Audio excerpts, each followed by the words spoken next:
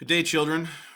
Today is Wednesday, May the 6th, and we're continuing. Oh, good day, my beautiful children. Billy, that one's for you, buddy.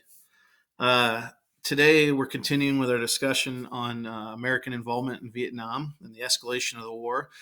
And I left off yesterday talking about this group of peasant fighters, mostly from the South, which was an area that was supposedly safe to the Americans and to the South Vietnamese that were fighting against the communist forces of North Vietnam. Um, anyway, these peasants by day would be uh, friendly peasants that would greet you, and by night, as part of the Viet Cong militia group, would be out trying to kill you. So we see this guy here. And he's dressed in what they called them black pajamas. They weren't pajamas. That's what peasants dressed like back then in Vietnam. And he's underground. That is because they built the Viet Cong, the VC. They built thousands of miles of underground tunnels throughout South Vietnam, so they could get around without the American forces and the ARVN, which was the South Vietnamese Army, without them knowing where they were or being able to find them.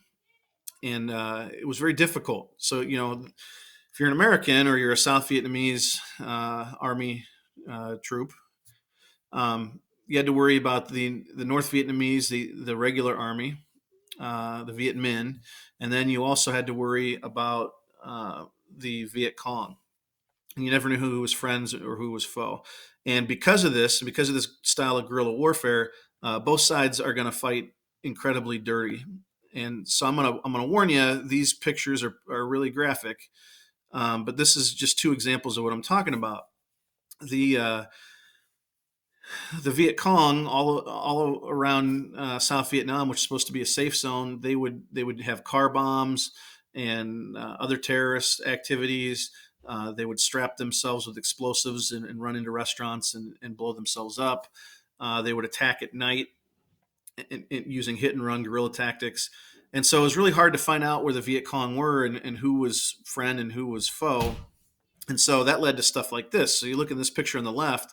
So this happened on live television. And this guy is a South Vietnamese police captain. And they brought this guy up to him. He was a suspected Viet Cong, suspected VC. And right in front of the reporter and the news crew, this guy took his gun out and blew this guy's brains out all over the street. That's how they handled that kind of stuff. It's terrible. Or they would do things like, they were questioning two members of the VC, that they thought were suspected Viet Cong.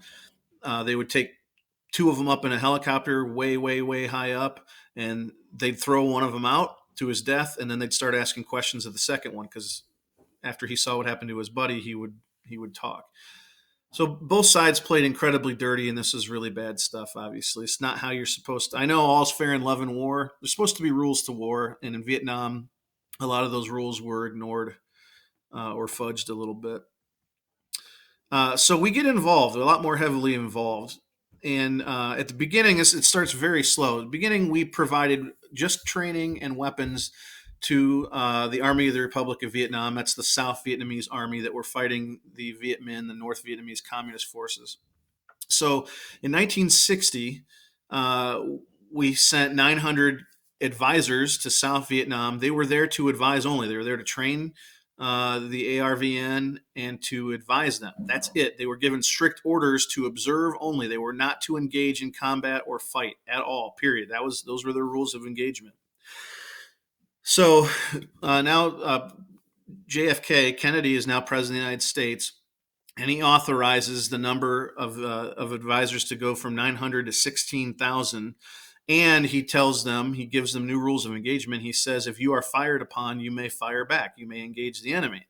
So you can see how this slowly begin to build our numbers of troops, and slowly begin to relax the rules of engagement and allow them to now fight back against the Viet Minh. In 1963, Ngo Dinh Diem, the president of South Vietnam, was assassinated by his own people, and so he was gone. But anyway, here we see these are American troops. This is a Green Beret. Um, he is instructing a soldier from the ARVN, the Army of the Republic of Vietnam. That's the South Vietnamese Regular Army, and these are ARVN soldiers right here, or ARVN as they were called. So our involvement in Vietnam. Now I'm going to tell you right now that to this day, this remains a very controversial event in American history for a couple of reasons. One, we lost. We could not win this war, and we'll talk about why as we go on here. But we did not win. Now, technically, this is not a war. Congress did not declare war on Vietnam. This was a police action. So technically, we didn't lose a war, but make no mistake about it, this was a war and we lost. You can use whatever words you want.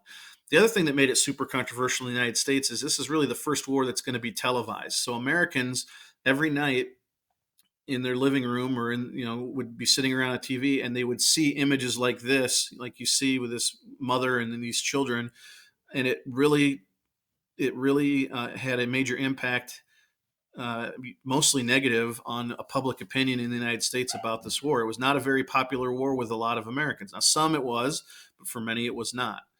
And it's still controversial to this day. All right. So let's talk about the escalation of it. Kennedy was assassinated, and Lyndon Johnson became the president of the United States. And so the question to him was, what do we do? Do we pull out of Vietnam? Do we commit more troops? How do we handle this? And there's going to be an incident that kind of forces his hand, or at least that he uses as an excuse to force his hand, called the Gulf of Tonkin incident. And what happened was an American warship was attacked by speedboats from the North Vietnamese army, and they did very little damage. But we used that as a reason for asking Congress to escalate the number of troops in Vietnam. So Congress passed the Tonkin Gulf Resolution, which gave LBJ the authority to use more troops and more force. And in 1965, Lyndon Johnson reinstated the draft. Now, this was very controversial because we hadn't had a draft since I don't know if we had one in Korea, but nobody wants a draft, because a draft, you're talking about forcing people to go fight that aren't normally soldiers. You're conscripting them, making them go fight. And one of the big problems that people have with the draft is usually it's not the sons of the wealthy. It's the middle class and the poor that end up getting drafted. And this was really true in 1965. You could get deferments for a couple reasons. Deferment is basically a get out of jail card. You don't have to go fight. And so one way that would get you a deferment is if you were in college. If you were in college, you didn't have to go to Vietnam. Well, who gets to go to college? People who have money, kids of people who have money. So this was a big issue. And there were other things. There were hardship deferments. If you were the only son of a family, you didn't have to go. And there were other things like that. But for the most part, if you were wealthy, you got to stay home.